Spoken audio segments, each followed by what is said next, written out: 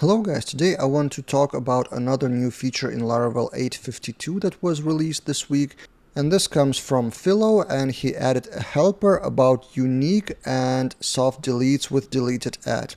And in this video I want to touch not only on that change but on the ability how to do that with a real life example before even that change. So imagine a scenario that you use soft deletes for some table, for example users, unique on email, and you soft delete some user and you want to add that user again in the future after a year or something with the same email. So I will use fake filler Chrome extension but change the email to user.com, and by default what it would say, the validation that email has been already taken if in the validation rules in the store user request you have this unique users. So this by default does not check for soft deletes and for deleted at. So for it to do that, we need to copy the line from here. So change that to rule unique users where null deleted at. And this is how it worked before that change all the time in Laravel 8 or previously. And you need to add rule here on top as well. So you can check where null deleted at or add more conditions if you want.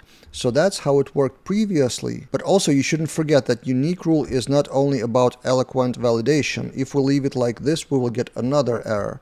The email has been already taken, right? So this is the error message. And if we try to save it again with some password, we save and we get SQL error, because you remember that in default user migrations of Laravel in the user schema, we have create user stable migration and email is unique. So it's unique on the database level. So if you want to use unique with soft deletes and be able to still add the second row in the future and the same key would be one is soft deleted, one is not, you need to remove that unique. So if we remigrate the database now, I remove that here, I remigrate the whole database, migrate fresh seed, and then I go to users. I'm logged in as admin automatically. I add a user. So again, user.com, save. Then I delete it. Are you sure? Okay. Then in the database, what we have here, user.com is deleted at. And if we try to add another user.com email here, it will work without errors. So if we refresh, we have two records with user.com and deleted at is one of them. So if we get back now to ignore trashed improved by Philo, it's just a simple way, ignore trashed, or maybe it's more readable. It's a helper, so you can replace where null with ignore trashed like this. And if we try to delete that again and add another user.com, let's just double check if it works. So user.com, and this is where I get the error, and I intentionally will not edit that. And this is a lesson for myself and for you.